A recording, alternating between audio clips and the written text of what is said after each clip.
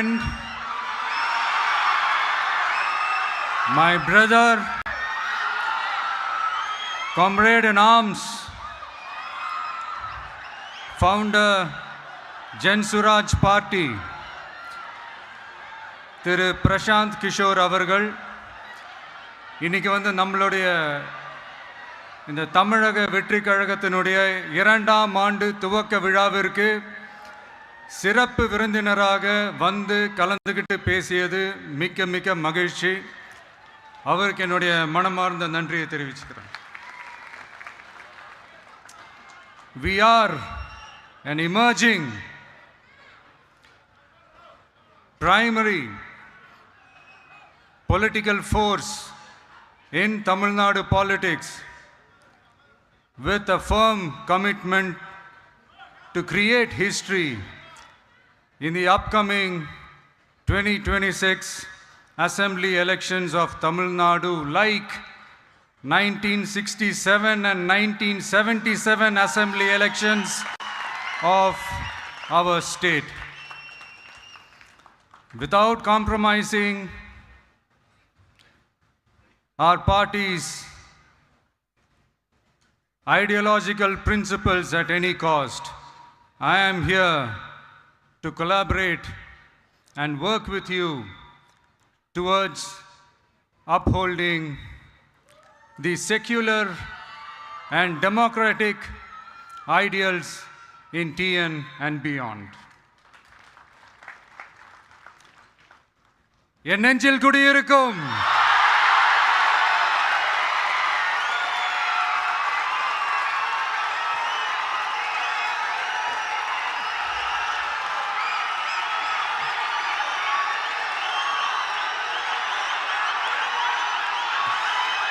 என்னுடைய தோழர்கள், தோழிகள் எல்லாருக்கும் என்னுடைய வணக்கம். வணக்கம் வணக்கம்.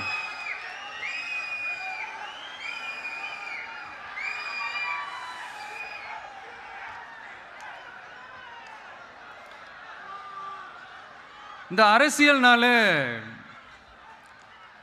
வேற லெவல் தான்ல.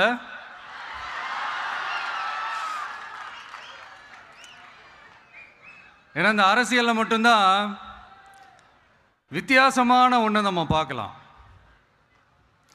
யார் யாரை எப்போ எதிர்ப்பாங்கன்னே நமக்கு தெரியாது. யார் யாரை எப்போ ஆதரிப்பாங்கன்னே நமக்கு தெரியாது. அதை கணிக்கவே முடியாது. அதனால தான் இந்த அரசியலில் மட்டும் முன்னாடியெல்லாம் சொல்லி நம்ம கேள்விப்பட்டிருப்போம், நிரந்தர நண்பனும் நிரந்தர எதிரியும் இல்லைன்னு சொல்லுவாங்க. அரசியலுக்கு யார் வேணாலும் வரலாம், அது ஒரு ஜனநாயக உரிமைன்னு சொல்லுவாங்க. ஆனால் மக்களுக்கு ரொம்ப ரொம்ப பிடிச்சி போன ஒருத்தன் அரசியலுக்கு வரான்னா அதை கண்டிப்பாக நல்லவங்க எல்லாம் வரவேற்பாங்க. ஆனால் ஒரு சில இந்த அதிகார இல்லை அது வேணாம்,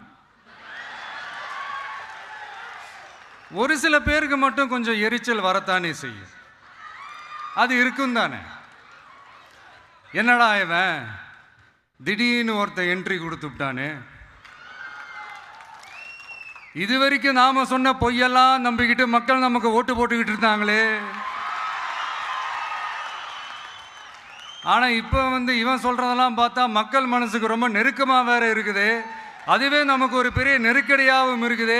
இவனை என்ன பண்ணலாம், என்ன செய்யலாம், எப்படி இவனை இது பண்ணலாம், க்ளோஸ் பண்ணலாம்.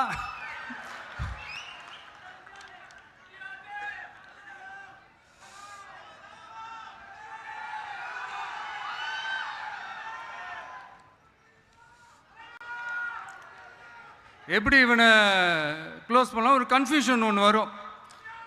அந்த கன்ஃபியூஷனில் கத்துறதா கதறதா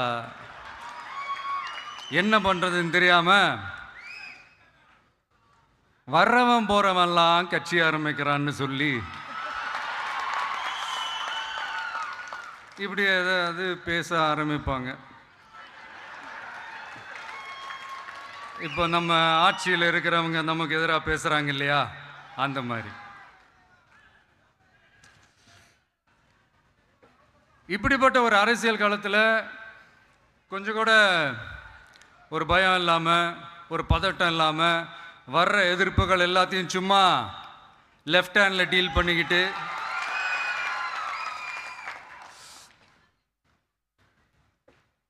இதோ நம்மளுடைய தமிழக வெற்றி கழகம் முதலாவது ஆண்டை கடந்து இப்போ 2வது ஆண்டில் அடி எடுத்து வைக்கிறோம். இந்த ஒரு காலகட்டம் தான் மிக முக்கியமான ஒரு காலகட்டம். ஏன்னா ஒரு அரசியல் கட்சிக்கு ஒரு பெரிய பலமே அந்த கட்சியினுடைய கட்டமைப்பு தான். அதுதான் அந்த கட்சியினுடைய ஒரு வேறு மாதிரி, ஒரு அடிப்படை பலமே அதுதான். ஒரு ஆலமரம் மாதிரி ஒரு கட்சி ஒன்று வளரணும்னா அதுக்கான அந்த வேர்களும் விழுதுகளும் ஸ்ட்ராங்காக இருக்கணும் இல்லையா? அப்படி தான் நம்மளுடைய இந்த அமைப்பை பலப்படுத்துகிற ஒரு வேலையை தான் இப்போ நம்ம செஞ்சுக்கிட்டு இருக்கிறோம். தமிழ்நாடு முழுக்க மாவட்ட நிர்வாகிகள் எல்லாரையும் தேர்ந்தெடுத்து அறிவிச்சிட்ருக்கிறோம். இந்த நேரத்தில் நம்ம மேலே ஒரு கம்ப்ளைண்ட், அது என்னென்னா, அதுதான் எனக்கும் புரியல. நம்மளுடைய மாவட்ட நிர்வாகிகள் எல்லாருமே வெறும் இளைஞர்களாகவே இருக்கிறாங்களாம். ஏன் இருந்தா என்ன?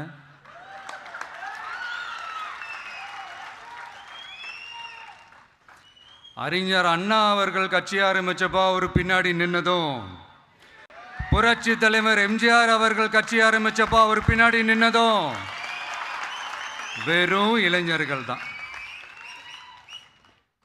அந்த இளைஞர்களால தான் 1967லையும் 1977லையும் அந்த 2 தேர்தலையுமே ஒரு மிகப்பெரிய ஒரு வெற்றி கிடைச்சது. வரலாறு, அதுதான் வரலாறு. இப்போ அதே மாதிரி நம்ம மேலே இன்னொரு கம்ப்ளைண்ட், அது என்னன்னா, நம்மளுடைய கட்சி நிர்வாகிகள் எல்லாருமே சாதாரண குடும்பத்திலிருந்து வந்தவங்களாம். அதே தான் இங்கேயும் கேட்குறேன், ஏன் வரக்கூடாதா?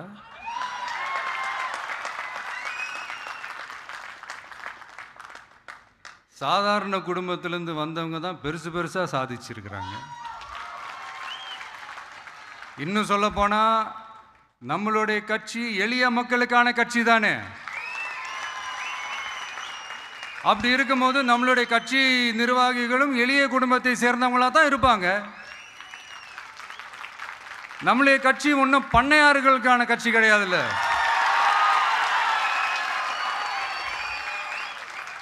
முன்னாடிலாம் அந்த காலத்தில் பண்ணையாருங்க தான் பதவியில் இருப்பாங்க. இப்போ கொஞ்சம் உள்டா மாறிடுச்சு, பதவியில் இருக்கிறவங்களாம் பண்ணையாரா மாறிடுறாங்க.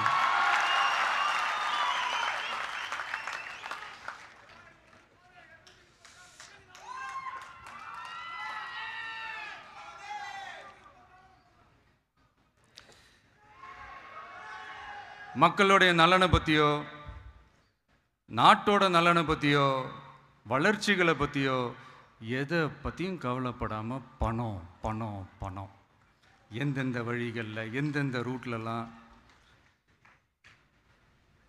இப்படிப்பட்ட இந்த மைண்ட் செட் உள்ள இந்த பண்ணையார்களை அரசியலை விட்டே அகற்றுவது தான் நம்மளுடைய முதல் வேலை.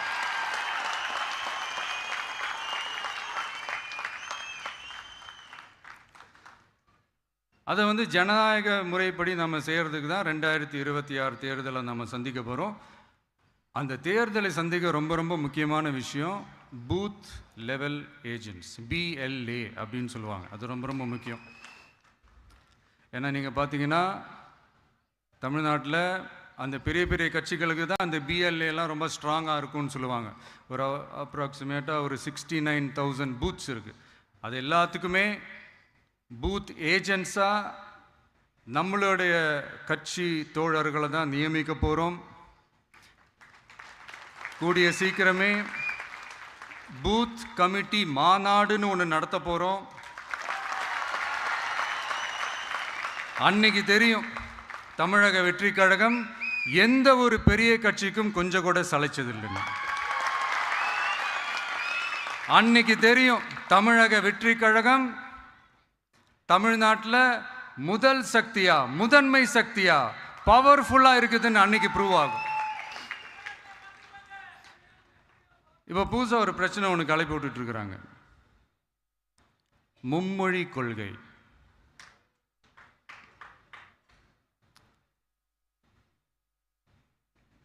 அதாவது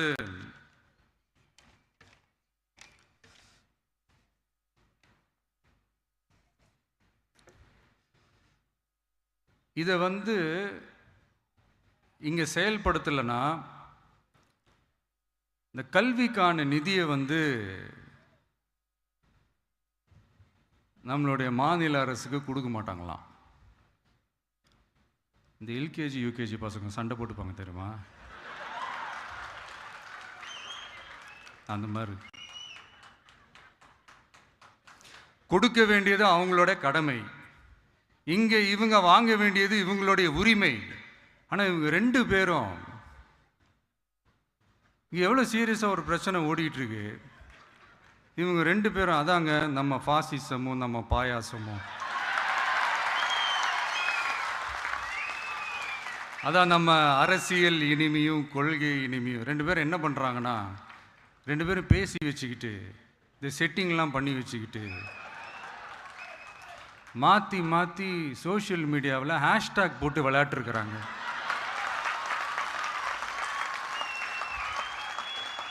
இங்கே என்ன நடந்துக்கிட்டு இருக்கு, அதாவது இவங்க 2 பேரும் அடிச்சுக்கிற மாதிரி அடிச்சுப்பாங்களாம்.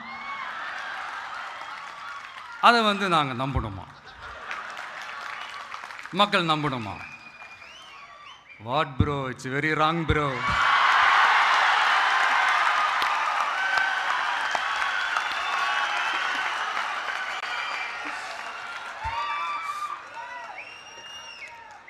இதுக்கு நடுவில் நம்ம பசங்க உள்ள பூந்து அங்கே ஒரு சம்பவம் ஒன்று பண்ணிட்டு டக்குன்னு வெளியே வந்துடுறது.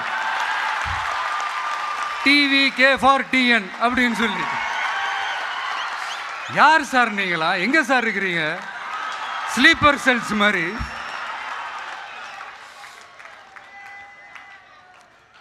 அதனால இதெல்லாம் மக்களுக்கு நாம சொல்லி புரிய வைக்க வேண்டிய அவசியமே கிடையாது. அவங்களுக்கே தெரியுதெல்லாம் எவ்வளோ பெரிய ஒரு ஏமாத்து வேலைன்னு. நம்ம ஊர் சுயமரியாதை ஊர், நாம் எல்லாரையும் மதிப்போம். ஆனால் சுயமரியாதையை மட்டும் யாருக்காகவும் எதுக்காகவும் விட்டு கொடுக்க மாட்டோம். நாம் எல்லா மொழிகளையும் மதிப்போம், அதில் மாற்றுக்கிறதே கிடையாது. தனிப்பட்ட முறையில் யார் வேணாலும் எந்த ஸ்கூலில் வேணாலும் படிக்கலாங்க. உனக்கு எந்த மொழி வேணுமோ, எப்போ கற்றுக்கணுமோ, உனக்கு எப்போ தோணுதோ கற்றுக்கலாம். அதெல்லாம் அவங்கவுங்களுடைய தனிப்பட்ட ஒரு உரிமை.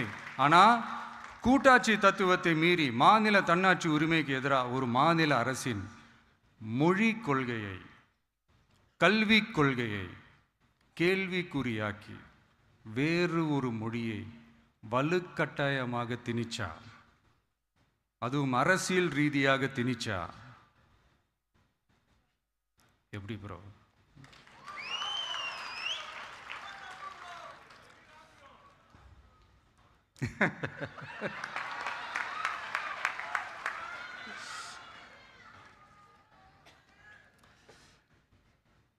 அதனால் நம்மளுடைய தமிழக வெற்றி கழகம் சார்பாக நாமளும் இந்த பொய் பிரச்சாரங்களை எல்லாம் புறம் தள்ளிவிட்டு இதை நாங்கள் உறுதியாக எதிர்ப்போம்.